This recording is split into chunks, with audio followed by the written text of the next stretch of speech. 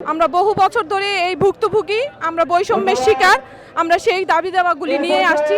আমরা এখানে সমাবেশ করতে এসেছি, আন্দোলন করতে নয়। আমরা দেখাতে এসেছি যে আমরা বঞ্চিত, আমরা অবহেলিত, আমরা শিক্ষক মানুষ গড়ার কারিগর, আমরা ছোট ছোট শিশুদেরকে আমরা ভবিষ্যৎ সুনাগরিক হিসেবে গড়ে তুলি, কিন্তু আমাদেরকে সেই সম্মান দেওয়া হয় না। আমাদের ন্যূনতম টিফিন ভাতা দেওয়া হয় মাত্র 200 টাকা। 200 টাকার 5 টাকার কোনো খাবার এখন পাওয়া যায় না। আমাদের এক কাপ চা আর এক মুঠো মুড়ি খেয়ে আমাদের দিনানিপাত করতে হয়। আমাদের সন্তানরা বিভিন্ন স্কুল হাই স্কুলে পড়ে, তাদের উচ্চ শিক্ষার জন্য আমরা টাকা পয়সা খরচ করতে পারি না। এটা আমাদের অবহেলা। আমাদের শিক্ষকরা মানুষ গড়ার কাজে ব্যস্ত থাকে, কিন্তু আমাদের শিক্ষকদেরকে পদোন্নতি দেওয়া হয় না।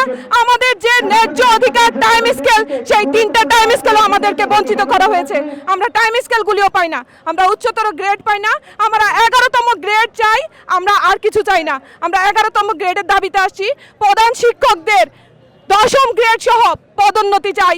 যারা বিভিন্ন স্কুলে দীর্ঘদিন যাবৎ বিভিন্ন স্কুলে চলতি দায়িত্বে আছে, তারাও অবহেলিত। তাদেরকেও ন্যূনতম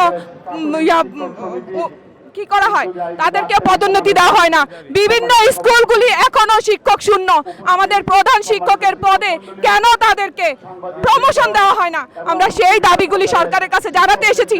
আমরা কোনো আন্দোলন নয়, আমরা আসছি সরকারের কাছে বিনীত আবেদন নিয়ে। আমরা চাই সরকার আমাদের এই দাবিগুলি শুনুক, আমাদের এই ন্যায্য অধিকারগুলো আমাদের মেনে নিক, আমাদের সন্তানকে সুনাগরিক করার সুযোগ করে দিক। আমরা যেমন অন্যের সন্তানকে মানুষ করি, আমরা চাই আমাদের সন্তানের প্রতি দায়িত্ব সরকার নেক। আমাদের এইটাই দাবি, আর আমাদের কোনো দাবি নেই।